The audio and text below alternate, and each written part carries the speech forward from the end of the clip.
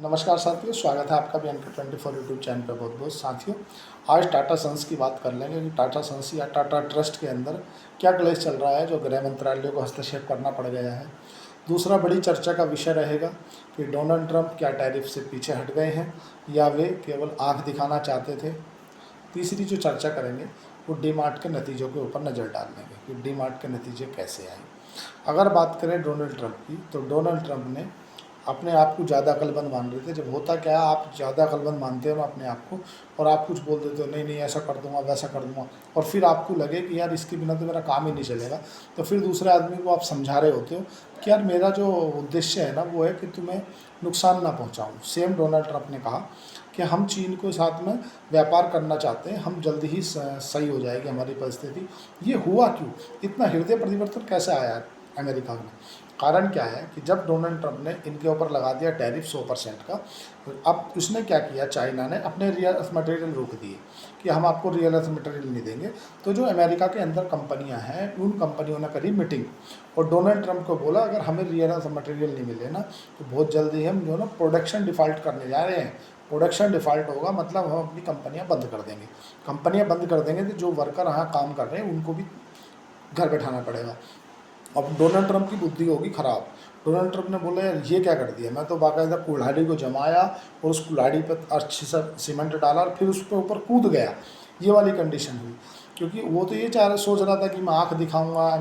अब इसने क्या किया, डोनाल्ड ट्रंप ने, अमेरिका ने बात की चाइना से बोला कि हम आपसे बात करना चाहते हैं रियल मटेरियल के मामले पे। तो चाइना ने बोला कि हम इस विषय पे कोई बात नहीं करना चाहते आपसे, आप तो आगे की बात करो, आपने अपने से टैरिफ लगाया, आप अपने से हटाओ, अपने से जो करना सो करो, बाकी हमें आपको रियल अर्थ मटेरियल को लेकर कोई बात नहीं करनी। अब बुद्धि और डोनाल्ड ट्रंप की ख़राब हो गई। अब मजबूरी में डोनाल्ड ट्रंप को ये बोलना पड़ा। अल्टीमेटली बोला नहीं है उन्होंने, उन्हें झुकना पड़ा, ये झुक गए हैं डोनाल्ड ट्रंप। उन्होंने क्या बोला कि हम बहुत जल्द ही हमारे जो रिश्ते हैं वो अच्छे होने वाले हैं और हम जल्दी एक दूसरे से मिलेंगे। ये उनका डर है, ये उनका भय है, ये उन्हें दिखा रहा है कि तुम्हारा चाइना के बिना काम नहीं चल सकता। चाइना ने केवल अपने रियल अर्थ मटेरियल पर रोक लगाई तो अमेरिका आ गया घुटनों पे। अमेरिका ने बोल दिया, हम तो, वो अपने आप को दिमागदार मान रहा था अमेरिका, उनने बोला नहीं मैं तो 100% का टैरिफ लगा दूँ, उनने अपने रियल अर्थ मटेरियल रोक दी। अब इनके यहाँ जितनी भी इलेक्ट्रिक व्हीकल बनते हैं, जितनी भी फाइटर जेट बनते हैं, जितनी भी तुम्हारा बोइंग एयरबस जितने विमान बनते हैं, जितनी भी से मतलब बड़ी से बड़ी कंपनियां हैं, चाहे टेस्ला ले लो, चाहे अमेजोन ले लो, मतलब एनवीडिया ले लो, सभी के सभी कंपनियों के जो शेयर थे ना वो धड़ाधड़ नीचे आने लगे। शेयर मार्केट भी तबाह हो गई। और तो और इनके यहाँ ग्लैम्बिंग भी हुआ। जब उसने बयान दिया ना डोनाल्ड ट्रंप ने कि मैं वो कर रहा हूँ, उससे 10 मिनट पहले किसी ने शॉर्ट की बड़ी पोजीशन बनाई है अमेरिका की शेयर मार्केट में, पर वहाँ इन चीज़ों पर ध्यान नहीं दिया जाता। अल्टीमेटली डोनाल्ड ट्रंप गया है झुक चाइना के सामने। प्रेशर टैक्टिक्स में इसीलिए किसी कहा गया है कि ओवर स्मार्ट नहीं बनना चाहिए किसी के सामने भी। चाइना को पता था कि तुम्हारे काम मेरे बिना नहीं चल सकता, इसलिए अमेरिका को झुकना पड़ा चाइना के सामने। आज वो रह गया ऐसी कैसी बेइज्जती करा के अपनी, क्या करेंगे। अगर आज FII DIA के आंकड़ों पर नज़र डालें तो लगभग 240 करोड़ रुपए के आसपास की बिकवाली की है विदेशी संस्थागत निवेशकों ने। और अगर बात करें DII की, तो DII ने 2400 करोड़ रुपए के आसपास की खरीदारी की है। आज आ गए हैं डीमार्ट के रिजल्ट। उन रिजल्टों पर नज़र डाल लेंगे कैसे रहे डीमार्ट के नतीजे। दूसरा एक टाटा सन्स के बारे में बात करेंगे कि टाटा के अंदर आखिर अंदरूना क्लेश चल क्या रहा है, टाटा ट्रस्ट में ऐसा क्या होने वाला है कि सब परेशान हैं। आज अगर डीमार्ट की बात करें तो एवेन्यू सुपरमार्ट के आ गए हैं रिजल्ट, और रिजल्ट आए हैं म्यूटेड, मतलब ना ज़्यादा इतने तोड़फोड़ रिजल्ट आए हैं कि आपको लगा दे पैसा उठा दे तो जो होगा देखा जाएगा, 2 करोड़ लाख 2 लाख 10 लाख रुपए लगा दें। और ना इतने ख़राब आए हैं कि तुम्हें लगा कि यार अब तो बेच दो। मतलब सीधा है कि अब्दुल्ला की शादी में बेगाना दीवाना रिजल्ट ऐसे आए हैं। अगर बात करो तुम इनकी आय की, तो इनकी जो आय है वो उसमें 15% की ग्रोथ है जो देखने के लिए मिली है। जो इनकी आय 14,050 करोड़ रुपया हुआ करती थी, वो इनकी अब आय बढ़कर हो गई है 16,219 करोड़ रुपया। अब जैसा कि आप जानते हैं कि एक तरह से ये रिटेल के कारोबार में है, मतलब इसका सिंपल फंडा है, ये बल्क में माल लेती है। डीमार्ट जैसा आप रिलायंस स्टोर को बोल दो, डीमार्ट एवेन्यू सुपरमार्ट, मतलब शेयर मार्केट में उसे एवेन्यू सुपरमार्ट बोलते हैं, वैसा हमारी लैंग्वेज में उसे डीमार्ट के नाम से जानते हैं।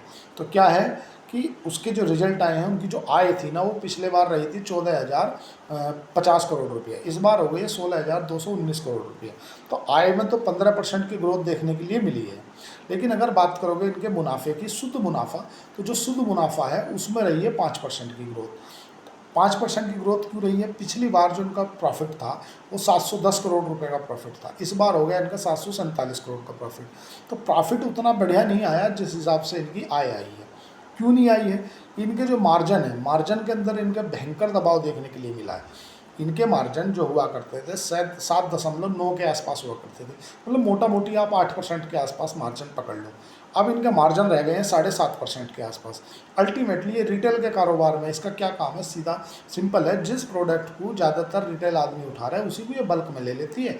और अगर मान लो कि 100 रुपये का कोई प्रोडक्ट बेच दिया, बड़ी कंपनी से बल्क में वो माल 92 रुपये का खरीद लिया, प्रोडक्ट को 100 रुपये की बेच रही है, तो 8% का जो है मार्जिन है इसका।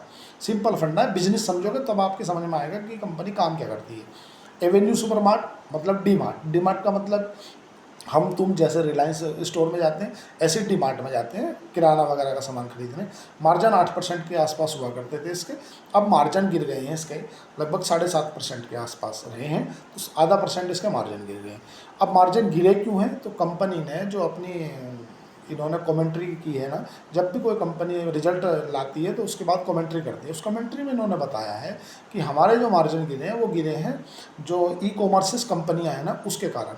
हमारे यहाँ जो प्रोडक्ट 100 रुपये का है वही प्रोडक्ट ई कॉमर्स कंपनियाँ 98 रुपये में दे रही है, तो इसलिए हमारे जो मार्जिन है वो गिर गए हैं। दूसरा एवेन्यू सुपरमार्ट क्या है कि अपने जो स्टोर है ना उन्हें बढ़ाने जा रहा है, मतलब और बड़े लेवल पे, और जो जिन जिन कंट्रियों में इसके स्टोर नहीं है, जिन जिन राज्यों में इनके स्टोर नहीं है, वहाँ करेगा।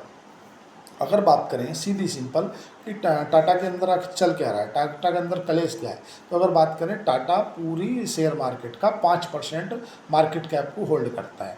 उसमें TCS आ गया, टाटा एलेक्सी आ गया, टाटा टेक्नोलॉजी आ गया, टाटा कैपिटल आ गया, टाटा स्टील आ गया, टाइटन आ गया, और मतलब टाटा केमिकल आ गया, टाटा कम्युनिकेशन आ गया। टाटा के तमाम कंपनियाँ हैं, इन कंपनियों को 5%, जो पूरी शेयर बाजार का 5% टाटा होल्ड करता है।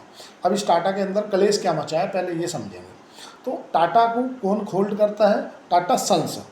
जितनी भी ये कंपनियां हैं, चाहे वो टाइटन हो गई, चाहे वो ताज होटल हो गई, चाहे वो इंडिया होटल हो गई, चाहे वो टाटा मोटर्स हो गई, या चाहे वो टाटा TCS हो गई, इस सबको जो होल्ड करने वाली कंपनी है वो है टाटा सन्स।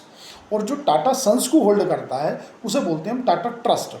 टाटा को समझोगे, टाटा की जितना बड़ा ग्रुप है उस ग्रुप को जो होल्ड करता है वो करता है टाटा सन्स। और जो टाटा सन्स के ऊपर कंट्रोल करता है ना, जो टाटा सन्स का चेयरमैन होता है, वही सब कंपनियों को मार्गदर्शन देता है। तो टाटा सन्स को कौन कंट्रोल करता है? वो करता है टाटा ट्रस्ट। अब समझो जब रतन टाटा जी मरे, रतन टाटा जी के मरने के बाद टाटा ट्रस्ट का मालिक कौन होगा, तो ये बात समझ में आई कि यार ये मुद्दा फंस गया, क्योंकि ये होगा कौन देखना पड़ेगा। टाटा सन्स के अंदर अगर बात करो तो टोटल 6 आदमी हैं, जिसमें नवल जी टाटा जो है वो टाटा ट्रस्ट के अंदर 66% की भागीदारी रखते हैं। उसके बाद में तुम्हारा सुपुर्जी ग्रुप है जो 18% के आसपास की भागीदारी रखता है, और कुछ रिटेल है 15% के आसपास में रिटेल है जो भागीदार रखते हैं। अब ये जो 2 गुट है ना, ये अलग अलग बट गए हैं। अगर बात करें एक गुट की, जो नवल टाटा वाला ग्रुप है, उसमें तुम्हारा है नवल टाटा, श्रीनिवासन और एक विजय सिंह। और जो तुम्हारा दूसरा ग्रुप है, जो सुपुर्जी वाला ग्रुप है, उसमें तुम्हारा है मेली मिस्त्री और तुम्हारा जागीर ऋषि, और इस तरह के 3 आदमी हैं, क्योंकि टोटल 6 आदमी हैं, तीनों अलग अलग हो गए। तो ये इनके अंदर फूट इतनी चली गई कि ये गृह मंत्री और वित्त मंत्री के पास पहुंच गए। तो इन्होंने बोला वित्त मंत्री ने कि भाई इस कलेश को बाहर मत आने दो, अगर ये बाहर आता है तो लोगों के अंदर से विश्वास खत्म हो जाएगा कि टाटा के अंदर सब कुछ ठीक नहीं चल रहा। और अगर टाटा के अंदर सब कुछ ठीक नहीं चल रहा तो लोग बाग बेच कर भागेंगे, और स्टॉक मार्केट भी क्रैश हो सकता है। जो विदेशी संस्थागत निवेशक है उनको भी ऐसा लगने लगेगा कि टाटा ट्रस्ट के अंदर सब कुछ ठीक नहीं है। अब सब कुछ ठीक नहीं है तो वो स्टॉक बेचेंगे, स्टॉक बेचेंगे तो स्टॉक के दाम नीचे आएंगे, दाम नीचे आएंगे तो आपका टाटा एक ही ग्रुप नहीं है ना, टाटा एलेक्सी है, टाटा टेक्नोलॉजी, TCS, वो तमाम कंपनियां हैं, सभी के दाम अगर नीचे गिरेंगे तो स्टॉक मार्केट क्रैश हो जाएगी। तो इसलिए जो अंदरूनी कलेश चल रहा है इसे आप अंदर खाने सुलटाओ और किसी को पता ना चलने दो कि आपके अंदर सब कुछ ठीक नहीं है। अब ऐसी उम्मीदें जता रही है कि जो तुम्हारे चंद्रशेखर थे वो अब फिर से टाटा के टाटा सन्स के चेयरमैन रहेंगे, सब ठीक हो गया है, ऐसा समझ में आ रहा है। अगर बात करें, अगर स्टॉक मार्केट में आपको काम करना है तो आप शेर खान के साथ जा सकते हो। नीचे दिए गए डिस्क्रिप्शन पे लिंक दिया गया है, आप उस पर जा करके अकाउंट ओपन कर सकते हो। तो अगर मेरी ब्रांच में खुलेगा, शेर खान के साथ जा सकते हो। मैं जो भी मोरल सपोर्ट होगी वो आपकी करूँगा। आज के लिए इतना ही। चैनल को लाइक करें, सब्सक्राइब करें, कमेंट करें। धन्यवाद, थैंक यू।